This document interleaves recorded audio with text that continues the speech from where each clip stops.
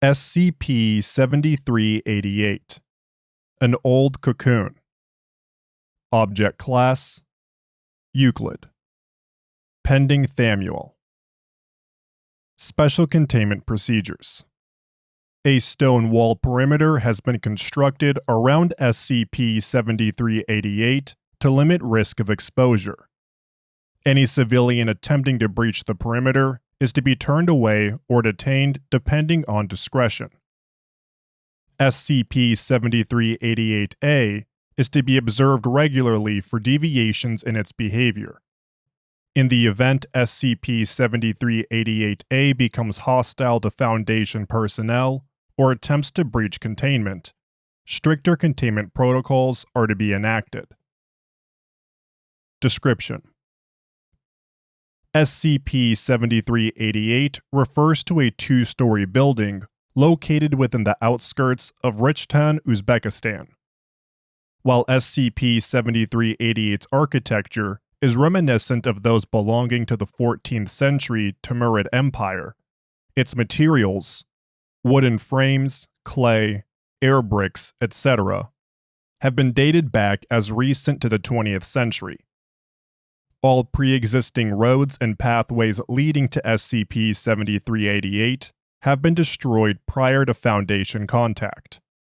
The interior of SCP-7388 is derelict, exhibiting signs of extreme dust buildup and damage expected for its age.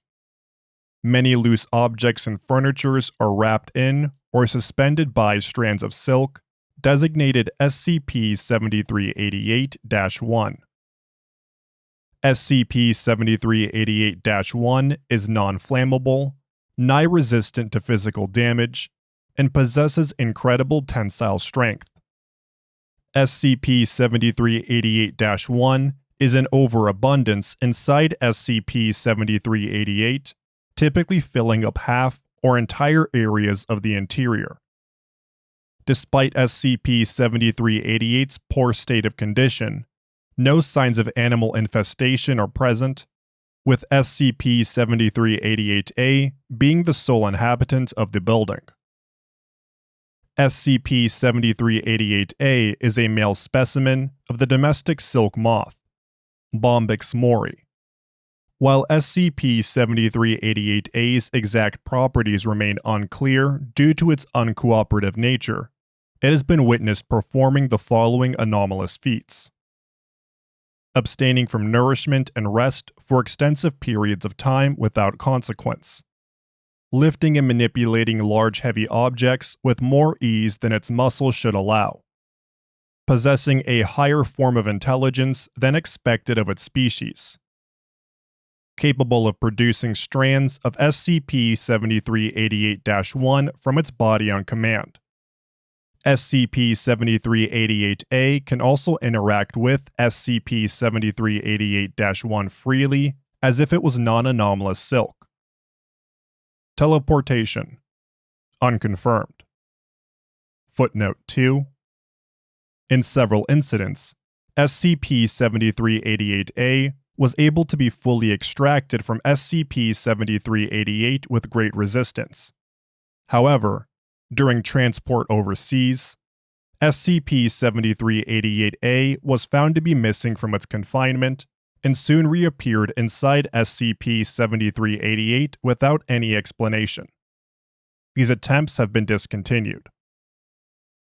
Theoretically biologically immortal. As of the time of writing, SCP-7388-A has been exclusively residing inside SCP-7388 and hasn't attempted leaving the property once in its containment history. Addendum 1. History. The Foundation became aware of the existence of SCP-7388 when rumors of an impenetrable house began to circulate in neighboring communities. After these reports were confirmed, SCP-7388 was acquired by the Foundation under the guise of a buyout.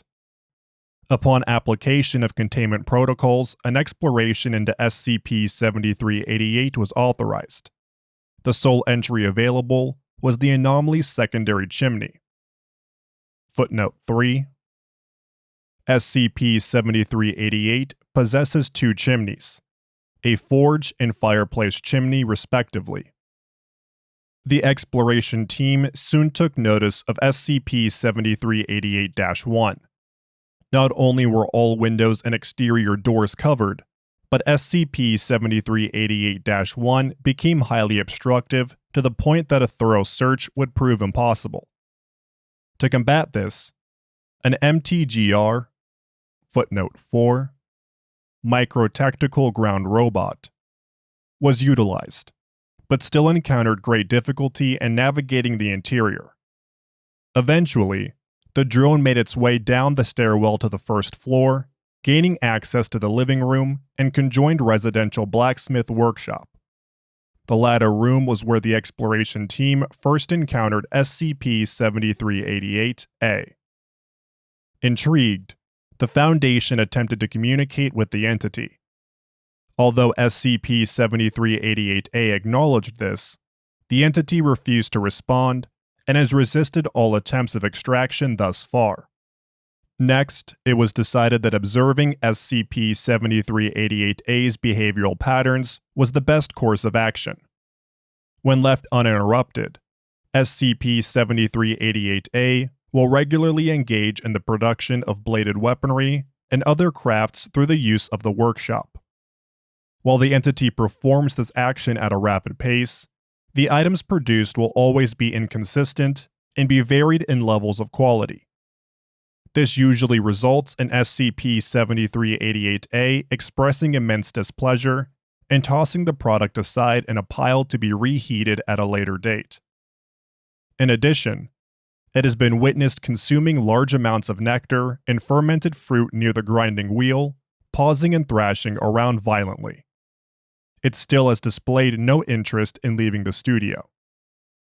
Just before the day the drone was ordered to be pulled out, the exploration had noticed that in certain areas of SCP-7388, tied together besides other miscellaneous objects on SCP-7388-1, were a series of swords of archaic design. This fact was going to be dismissed until it was realized that these swords featured hieroglyphs stylized as engravings, all of which depicted SCP-7388-A in various activities. Using several dating systems, these swords were organized in chronological order. Location: upstairs hallway. Sword: Khopesh. The scene depicts a group of silkworms chasing out a larger silkworm with a human brain and torch hovering over their head out of a tree. This silkworm is then seen traveling a desert landscape away from the Great Sphinx of Giza. Notes: this sword is the oldest object inside SCP-7388. Location: washroom closet. Sword: Kopis. The famished silkworm is flying away, finding shelter in a cave from soldiers bearing the Regina sun on their chest. An equally famished feline bearing a gray-brown color scheme is also in the cave. The silkworm panics and tries to flee when the feline lies on its back, exposing its belly to it. The silkworm visibly relaxes as they both huddle up close and watch the soldiers far away. Notes: unlike the other swords, this is hung by a pair of golden hooks. Location: kitchen. Sword: Shamshir. The silkworm and sandcat are exchanging leaves and rodent carcasses to each other. As the two consume their meal, the silkworm looks to a settlement in the distance. Notes: the entire room is filled to the brim with SCP-7388-1 and cannot be accessed. Location: master bedroom. Sword: scimitar. The silkworm and the feline are seen purchasing a house. While walking through the market, the silkworm spots a man engaging in the act of blacksmithing. A torch hovers over their head again as they engage in blacksmithing with a line of people forming in front of their house. The feline rubs their head against the silkworm affectionately as the ladder works. Notes: the room had 2 beds, both extremely small in size and pressed in against each other. Location: underneath the stairwell. Sword, saber. The silkworm and feline are fleeing a settlement as soldiers dressed as Mongols attack it.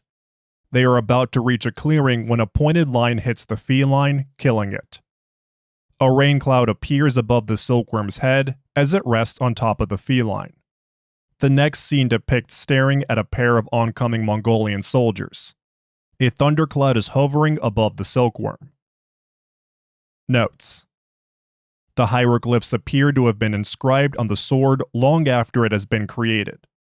The item is also coated in dry human blood. Location: living room. Sword, longsword.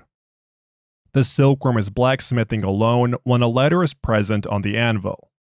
The letter is opened and features the iconography of a hammer and sickle. A speech bubble featuring knives and swords being produced by blacksmithing, superimposed by a knoll, hovers over the letter. The silkworm sits on their porch with the rain cloud over their head as it stares from the porch. It is alone. Notes: found in a trash can, alongside advertisement signs written in Uzbek.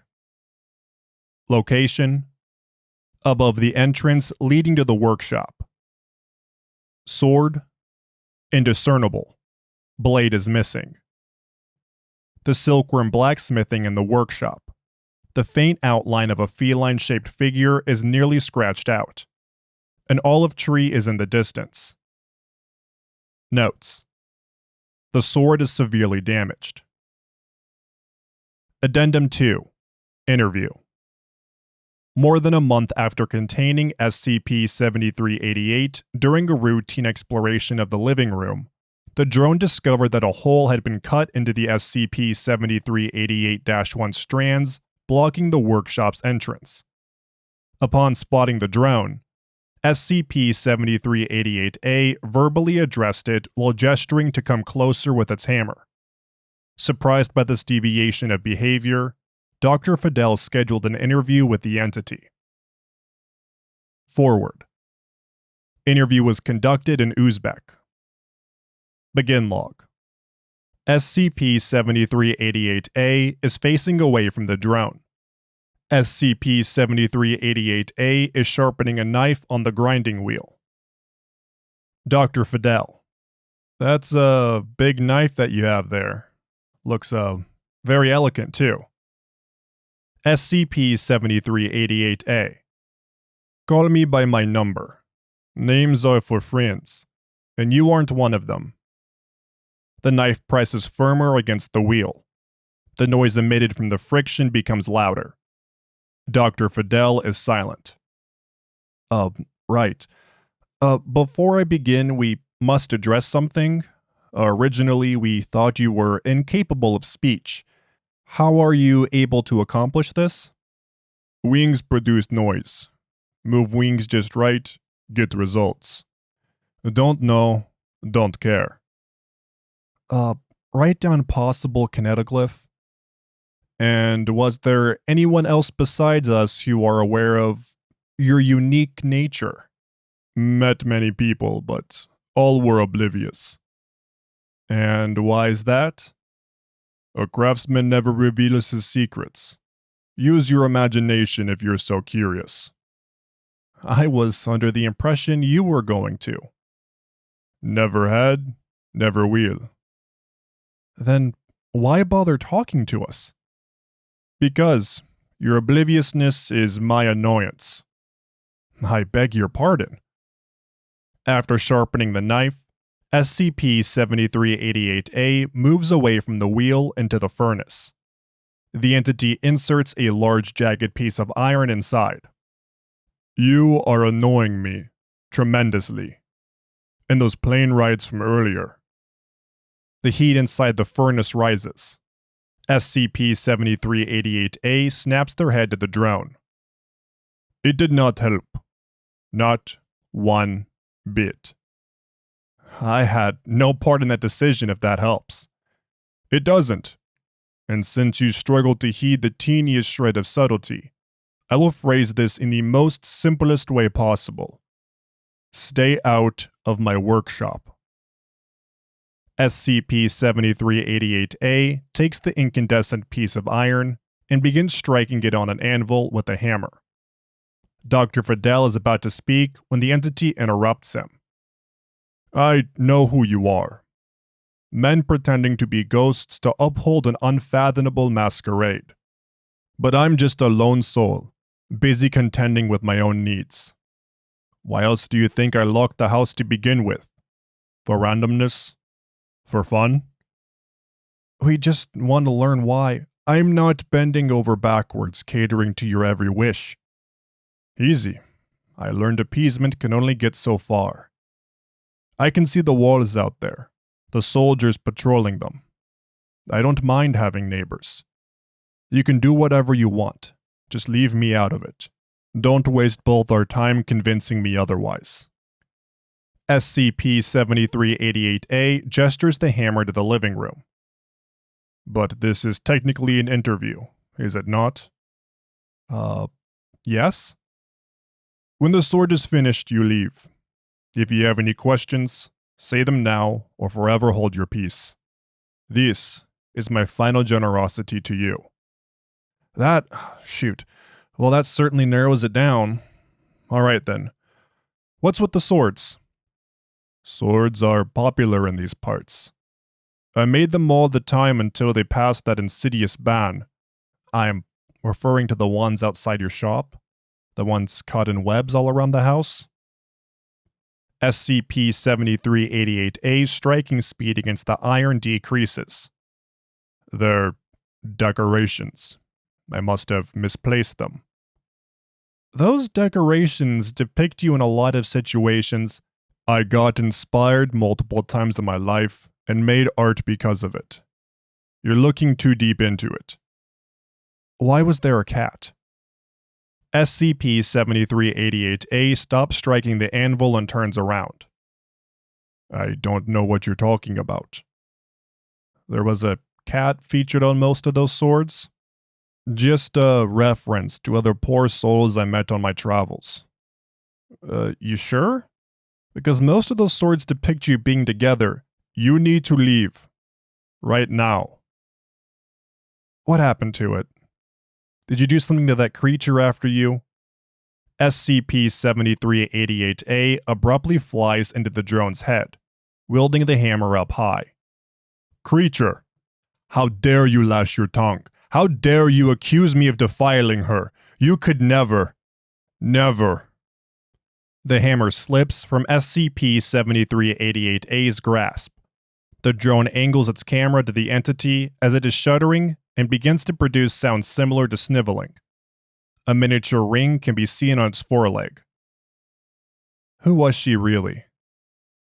She was just someone who came to the right place at the right time. We had a lot in common, but now she's gone. I tried ignoring it, but living as long as I have, it's inevitable, impossible. Do whatever you want with the land. I don't care. Just forget about me and move on. I just really need to be alone right now. But SCP-7388-A looks directly into the drone's lens. It caresses the ring tightly. Please. End log. SCP-7388-A immediately escorted the drone to the living room after the interview, repairing the hole on the entrance's barrier. The entity was seen frequently staring out one of the windows afterwards, particularly towards a withering olive tree present on the property. An irregularly shaped pile of dirt was underneath the tree. When SCP-7388-A was distracted, Foundation personnel quickly excavated the area, uncovering the remains of an adult female Turkestan sandcat. 2 foreign objects were present on the corpse: an arrowhead embedded deep into its lungs, and a ring fastened on one of its front toes. Addendum 3. Final experiment. Following the failure of obtaining further information related to SCP-7388-A, the Foundation debated on reallocating resources given to research to containment-related matters instead. However, before the decision could be finalized, Dr. Fidel wished to conduct one final experiment with the anomaly. The parameters had yet to be made at the time, but involved the introduction of a foreign subject inside SCP-7388. Although there was much skepticism, Dr. Fidel justified his proposal, citing his first-hand experience with the anomaly. That, combined with a lack of risk involved, convinced the Foundation to approve the experiment. Below is the abridged timeline of events. Incident 1. A cage has been installed on the drone to carry the designated subject inside, alongside proper amenities and a functional walkie-talkie. The drone parks in front of the workshop entrance, aggravating SCP-7388-A. The entity turns around and freezes. They open up the barrier on the entrance, then open up the cage, expressing bewilderment at the domestic cat inside. SCP-7388-A shakes their head and speaks to the camera. The entity tries to remind the camera operator on its request for solitude when the cat exits the cage and inspects the workshop in curiosity. SCP-7388-A tries to further object when the kitten begins to sleep on the stone floor. The entity lightly slaps its head and sighs. Notes: An hour later, SCP-7388-A transported the care package inside and resealed the entrance. The designated subject was successfully deployed inside the workshop. Incident 4. The cat is rolling on the ground as SCP-7388-A is wiping sandpaper on a collection of swords. The cat then bites on the edge of the tablecloth and pulls on it, moving the swords and startling SCP-7388-A. The entity then lightly reprimands the cat and opens a nearby drawer. SCP-7388-A pulls out a collection of items and presents them to the cat one by one, but each fails to invoke its interest. SCP-7388-A begins to become annoyed when the cat suddenly rubs its head against the entity, purring as it does so. SCP-7388-A becomes stunned, then looks at the empty food bowl. SCP-7388-A sighs lightly and flutters to the walkie-talkie. Notes: SCP-7388-A requested a substantial amount of dry cat food. Request granted. The entity had removed the strands of SCP-7388-1 in the workshop for the cat's convenience. Incident number 6. SCP-7388-A had set the cat onto a workbench, attempting to teach the latter about the merits of blacksmithing over the course of several hours. Due to the cat being non-anomalous, this obviously fails. Extremely agitated, SCP-7388-A yells at the cat, resulting in it jumping off the workbench and hiding behind a trash can in fear. SCP-7388-A observes this, visibly ashamed. Calming down, SCP-7388-A turns off its blacksmithing equipment, then opens the drawer. Fashioning a makeshift wand toy out of a metal rod and pillow feathers, the entity makes their way to the trash can and moves the stick around. The cat peers away from the trash can, and after some time, begins to play with the stick. Notes: SCP-7388-A has begun to forge items outside of bladed weaponry, specifically small metal blocks, additional sticks, and a small collar. The entity removed all SCP-7388-1 strands inside the workshop. Incident 7. SCP-7388-A walks into the main area of the workshop following its rest. The entity moves towards its main workbench when it observes the cat motionless on the floor, SCP-7388-A flutters quickly to it in confusion, but notices the jar of fermented fruit is spilled out on the floor, showing traces of its contents are on the feline's maw. SCP-7388-A panics and uses the walkie-talkie to communicate to the Foundation for help. After personnel arrive, the entity hands over the cat to them so the cat could receive emergency medical treatment. Notes: SCP-7388-A had shredded both the SCP-7388-1 strands on the entrance of the workshop and main door of SCP-7388. The entity didn't rebuild them after the cat had been escorted out. Incident 8. SCP-7388-A does not resume its usual behavior after the events of the previous incident. Instead of blacksmithing, it paces around the living room, neglecting its usual sleeping patterns as well. Halfway through the day, SCP-7388-A begins murmuring in the state, climaxing into indecipherable screaming. Then the entity flips furniture around, tearing down all the SCP-7388-1 inside the living room.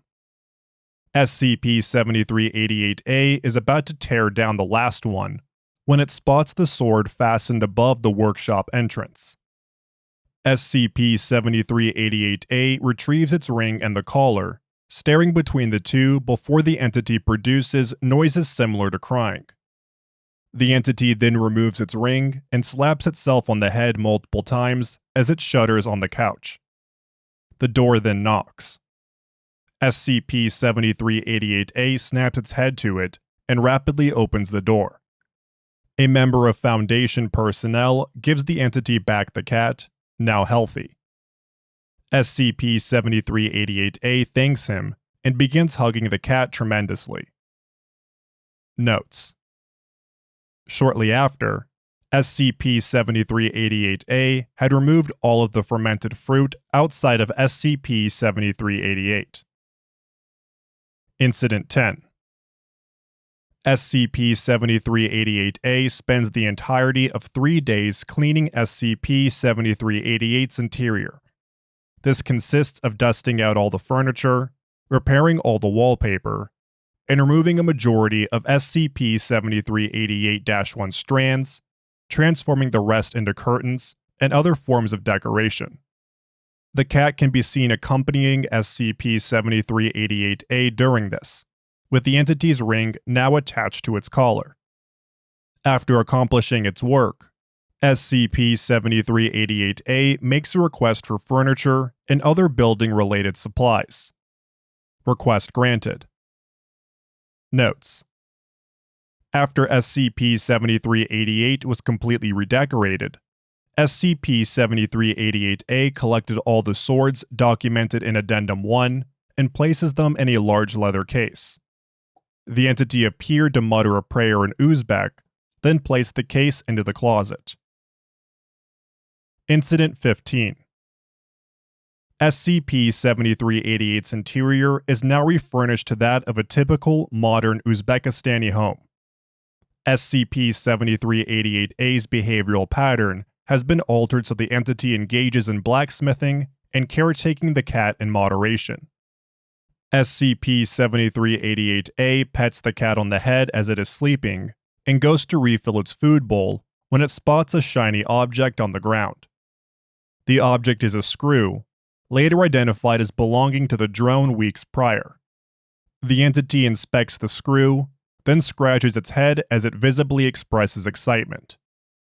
SCP-7388-A then flutters to its personal study to write out a letter. Notes: see Addendum 4. Addendum 4. Update: SCP-7388-A had exited SCP-7388 in a calm manner and formally communicated with members of staff in regard to adjusting the conditions of its containment. These adjustments detailed that both SCP-7388-A and its companion would be allowed a freer range of movement as well as access to higher quality amenities. In exchange, The entity will continuously remain in the containment perimeter and be required to divulge all knowledge and experiences it has learned over its lifespan. These adjustments were initially contested until SCP-7388-A delivered a sample, several stacks of documents to the research team. These documents discussed a wide variety of topics, including but not limited to locations and sightings of previously unknown anomalies, more in-depth knowledge on the study of beryllium bronze, and first-hand accounts on significant events that occurred in the Middle East, with some gaining insight or disproving certain well-known events. This, in addition to SCP-7388-A's pacifistic-leaning nature, was convincing enough to begin the process of slowly implementing these adjustments. SCP-7388-A also turned over a handwritten note and requested it be delivered to Dr. Fidel, alongside a homemade ring with a screw built into it. The note was written in English. Who said I couldn't be a writer too? I apologize if our first encounter went awry. I was not in the best mindset to begin with, but you already knew that. Most people these days underestimate the true value of people. Due to who I was, my friends were few and far between. But she was undoubtedly the best. Perhaps even more than that. Only a shame I learned that far after the fact. I still think about her sometimes. How I keep fretting myself awake over what I could have and shouldn't have done. It's a wound that only time can heal, or at very least, lessen its sting.